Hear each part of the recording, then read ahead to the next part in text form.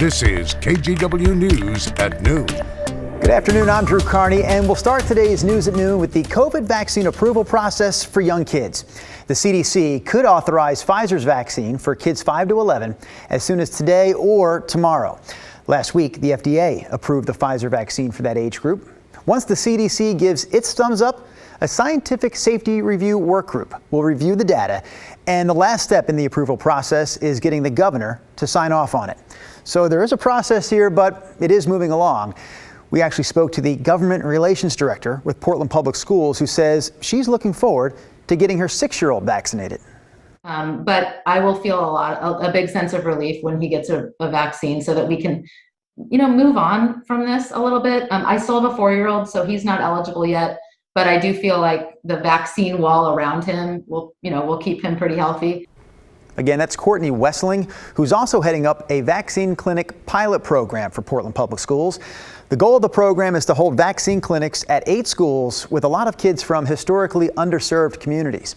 It'll make getting the shot easier for those kids once their parents give consent.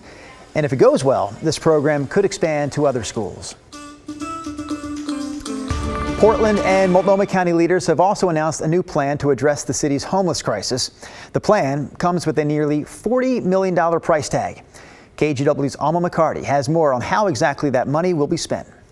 Outside of Blanchet House in Old Town Chinatown, dozens line up for breakfast, lunch, or dinner. The last 19 months during the pandemic have been just brutal for people. And so we do what we can 6 days a week to serve food and make sure that they have clothing and other supplies that they need to survive. Executive Director Scott Kerman believes the city and county's new plan is a step in the right direction. I think the city and the county's message today that they're going to spend a considerable amount of money addressing this issue is a signal that this is a serious issue, and we're going to have to take it seriously and work together if we're going to, make some progress for the people who are really suffering right now. The $38 million comes from a budget surplus, extra tax revenue collected by the city and county. We all agree that permanent housing is the clear answer to ending people's homelessness, but there are many paths back home.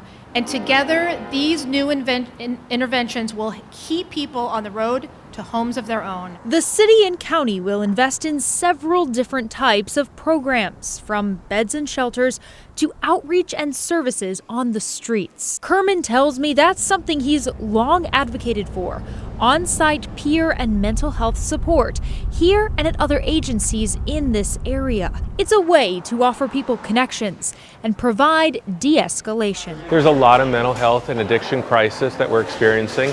Not everyone who comes here for services, but certainly a more significant number than we saw before the pandemic. And so it appears from the news today that this program is going to be funded. I don't know exactly what it might look like, but we're excited to hear that we are going to put together some teams together that are going to provide this on-site intervention that I think is just going to make a huge difference. Mayor Ted Wheeler told reporters people will begin to see the results of this plan relatively quickly. I also want to be clear, we're hiring new positions and we're establishing new programs or expanding existing ones. That obviously doesn't happen overnight. Every day it's going to get worse because there's so much trauma that they're experiencing. So we're layering trauma on top of trauma for people who are houseless in our community. Kerman hopes the response is swift for the good of the people he serves.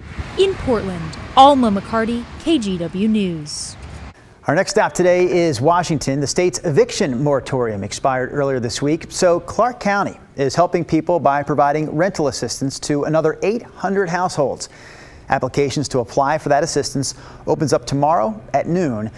Since August of last year, the county has given out over $29 million in financial assistance to almost 4,000 homes.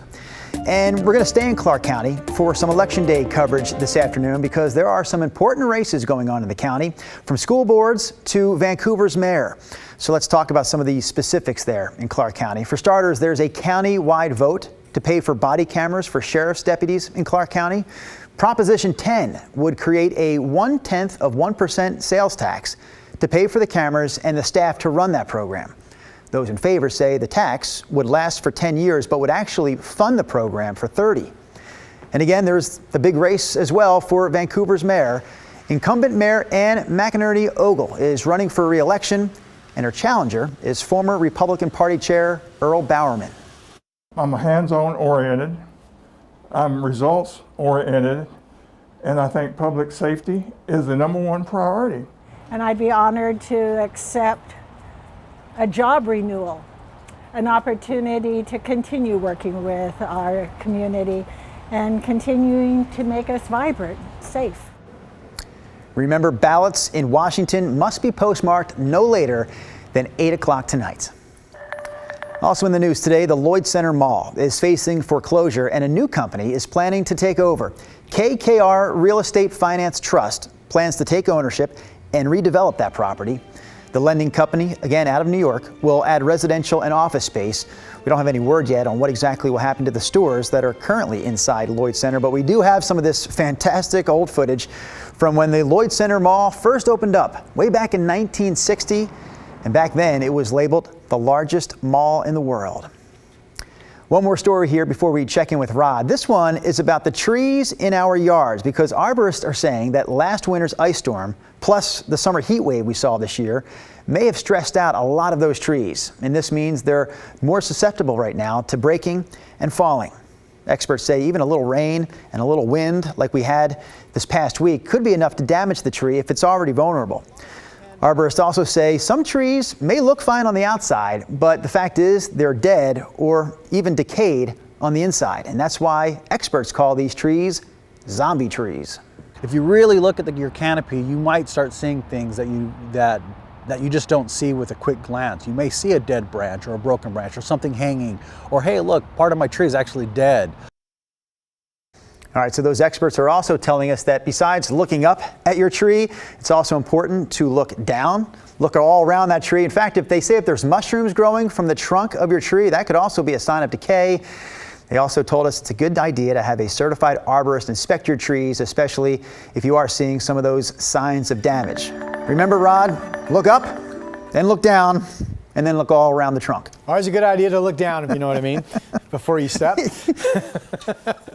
All right, here we go. We have rain that's starting to push inland. This is a warm front that's throwing this ball of moisture our way. Now, this big chunk is, in fact, going to rotate up across Washington and leave much of Oregon alone. So we're kind of getting the bottom end of that. Here's a kind of a cool shot of the top of the Astoria column up in Astoria, of course.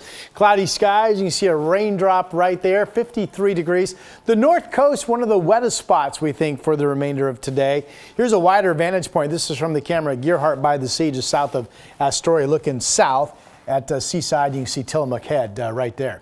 All right, so the closer look at the Doppler radar, and look at this. We now have rain moving in to the downtown Portland area. You can see Beaverton, Hillsboro, down into Newburgh, and downtown right now reporting a little bit of rain. Temperature outside 53 degrees, still dry out of PDX at the top of the hour.